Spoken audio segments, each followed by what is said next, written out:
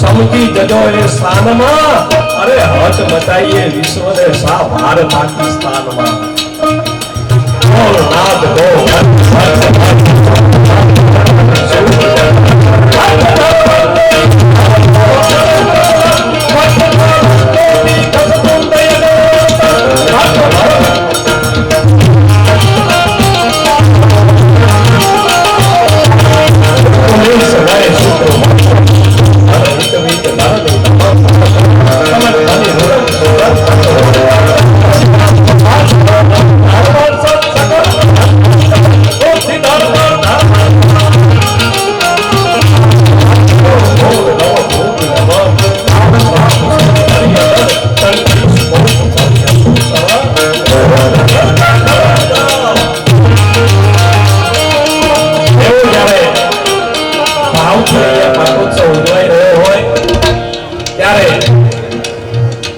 માનવીએ ગુલાબને પૂછ્યું કે હે ગુલાબ તારામાં કાંટા ન હોય તો કેવું સુહામણું લાગે એક વાર માનવીએ દરિયાને પૂછ્યું કે હે દરિયા તારામાં ખારાશ ન હોય તો કેવો મીઠો લાગે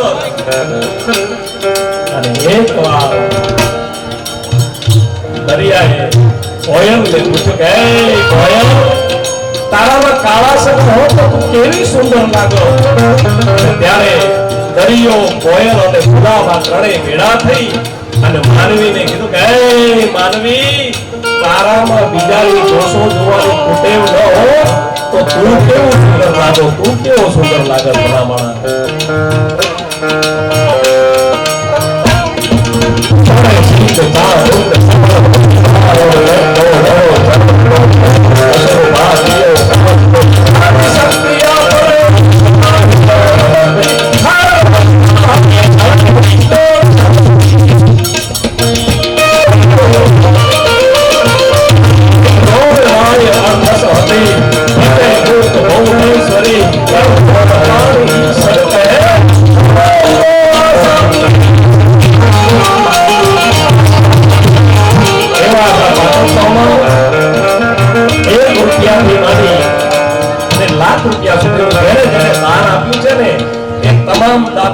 આપણે બધા બે હાથ ભેગા કરી તાળીઓથી વધાવેલો સાહેબ આ પ્રસંગ એમને એમ થતો નથી સાહેબ ખુલ્લા હાથે જેને દાન આપ્યું છે સાહેબ આ એક ઇતિહાસ બની જવાનો સાહેબ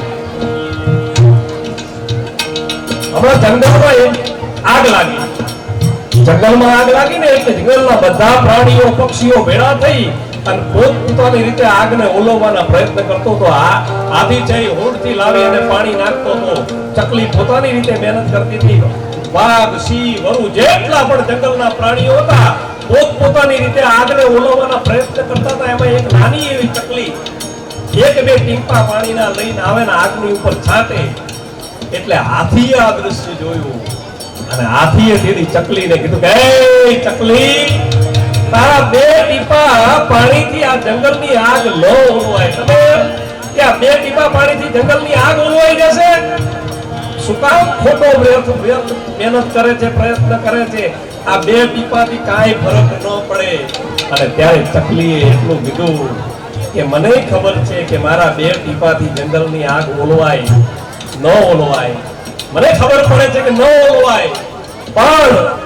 જ્યારે હું એટલા માટે મહેનત કરું છું જ્યારે આ જંગલની આગનો ઇતિહાસ લખાય ને ત્યારે ઇતિહાસકારો એમ ન લખે કે આમાં ચકલીનું પણ યોગદાન નથી ઇતિહાસકારો એમ ન લખે કે આમાં ચકલીનું પણ યોગદાન નથી મારાથી થાય એ પ્રયત્ન મારે કરવા જોઈએ એટલે કોઈએ આમાં 5000 આલ્યા હોય કોઈએ 500 આલ્યા હોય કોઈએ 100 રૂપિયા પણ ઈ ચકલીનું પણ યોગદાન આમાં નોંધાવવું જોઈએ. એટલે આવો જ્યારે અવસર જ્યારે આવ્યો હોય આયોજક મિત્રોએ, અને ઈ જ્યારે આપણી પાસે આવે ને એટલે ચકલી જેટલું યોગદાન પણ આપણું હોવું જોઈએ. એટલું યોગદાન પણ આપણું હોવું જોઈએ સાહેબ. એવો સરસ પ્રસંગ અને માહોલ છે. આ ખાલી ટેસ્ટિંગ થયું છે, કાર્યક્રમ હવે શરૂ થશે. આ તો ખાલી આ બધો મેળ કર્યો એ કાર્યક્રમ હવે શરૂ થશે. માતાઓ બહેનોની અહીંયા હાજરી છે. તમે જેટલી શાંતિ રાખશો, અમારામાં મજા આવે તો ખાલી અમારે કાંઈ બીજું જોતું નથી. વધારે મજા આવે તો અહીંયા આવી અને ઘોળ કરજો. અને બીજી ઘોળ કદાચ ન કરી શકો તો બે હાથ ભેગા કરી અને તાળીઓથી અમારી વાતને વધાવજો. તાળીઓથી અમે તો બધા HP ની અમારી ડિગ્રી હોય કલાકારો. HP એટલે હરખ પદુડા એમ, બીજું કાંઈ નહીં. ખાલી તમે તાળી પાડો તો અમે રાજી. અમારે બીજું કાંઈ જોતું નથી.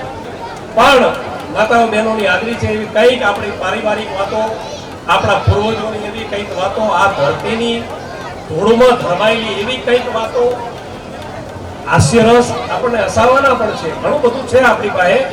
એક પછી એક વાતો અહીંથી રજૂ કરશું. પણ આપણી જે પરંપરા છે, સમયની જે મર્યાદા છે, એ પ્રમાણે આપણે કલાકારોને એક પછી એક અહીંયા રજૂ કરશું. વચ્ચે વચ્ચે આપને ગમતી વાતો, લોક સાહિત્ય, હાસ્યરસ આ બધું અહીંથી પીરસવાનું છે.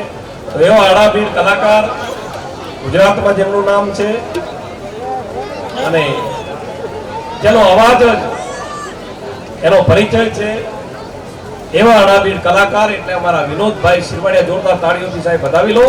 ગણપતિની વંદનાથી આપણે કાર્યક્રમની શરૂઆત કરવા માટે જઈ રહ્યા છીએ. 33 कोटि में अखंड हो विराजमान गणेश को नाम, आदि अनादि प्रयत्न है 33 कोटि देवताओं को प्रथम पूजा. देवता કેટલા? 33 कोटि, 33 करोड़ नहीं. કોઈ આજ સુધી તમને એમ કીધું દેવતા 33 કરોડ, તો આપણી ભારતની પબ્લિક 140 કરોડ છે. 5 માણસની વચ્ચે એક દેવતા ભાગમાં આવે, કોઈ દુઃખ જ ના રહે. પણ દેવતા 33 કરોડ નથી. દેવતા 33 કોટી છે. આ કોઈ સાહિત્યકારે કે કોઈ વાત કરી નહીં હોય સાહેબ. આ પુરાણોની વાત છે, આપણા શાસ્ત્રોની વાત છે. દેવતા કેટલા? 33 કોટી. કયા કયા હવે કહી દઉં. 12 આદિત્ય, 11 રુદ્ર, 12 આદિત્ય, 11 રુદ્ર, 8 વસુ અને 2 અશ્વિની કુમારો. આમ 33 કોટી દેવતા છે. 33 કરોડ દેવતા છે જ નહીં.